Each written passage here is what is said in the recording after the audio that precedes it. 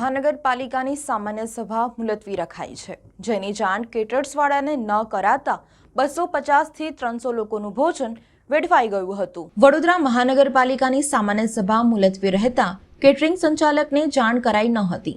પહેલેથી નક્કી કરાયું હતું કે આજની સભા મુલતવી રહેનાર છે, આમ છતાં તેની જાણ કેટરિંગને કેમ ન કરવામાં આવી તે એક મોટો પ્રશ્ન છે।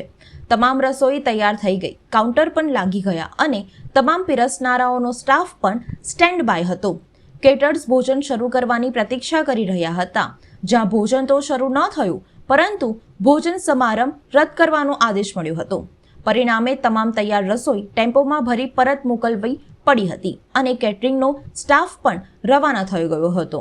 આ અંગે ઇજારેદાર કહે છે કે તેમને અગાઉથી જાણ ન હતી। હવે આ તૈયાર રસોઈ ડોનેટ કરવામાં આવશે। એક તરફ તૈયાર થયેલી રસોઈ પરત જઈ રહી હતી તો બીજી તરફ મહિલા કાઉન્સિલરોના ટોળા ભોજનને લઈને અસમંજસની સ્થિતિમાં જોવા મળ્યા હતા। મેયર પિંકીબેન સોનીને રસોઈના બગાડ અંગે પૂછતા તેઓએ કહ્યું કે કેટરિંગ રદ કર્યું તેમને જાણ જ નથી। ઉલ્લેખનીય છે કે રસોઈ તૈયાર થઈ ગયા બાદ અચાનક સમારંભ રદ થતા 250 થી 300 લોકોનું ભોજન વેડફાઈ ગયું હતું। હું માહિતી લઈ લઉં, કારણ કે આ પેલું જે પણ મૃત્યુ થયું હતું કોઈ આપણા સ્ટેન્ડિંગ સમિતિના પૂર્વ ચેરમેન શ્રી છે, એટલે 16મી તારીખનું એમનું અવસાન થયું હતું, એ માહિતી હતી, એટલે હું જરાક માહિતી મંગાવી લઉં છું કે શું છે અને શું।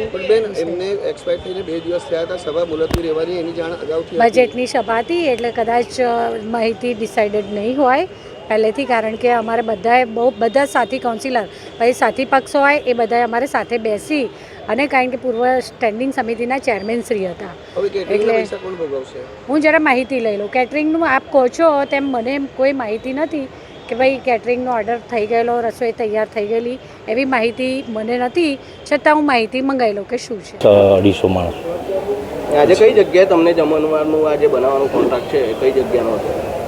એટલે કઈ જગ્યાએ બનાવવા આવ્યા હતા તમે? આ કેટલા માણસનું જમવાનું બનાવવામાં હતું ને તમને કોર્પોરેશન તરફથી તમને કોઈ જાણ કરવામાં આવી કે 250 માણસનું જમવાનું અત્યારે હવે એ જમવાનું શું કરશો આપ?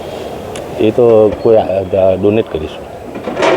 તો એ નુકસાન કોર્પોરેશન ભોગવશે કે તમારે? એ અમને નથી ખ્યાલ। અચ્છા, ઓકે, તો હવે બધું અનાજ પાછું મોકલવામાં આવી રહ્યું છે?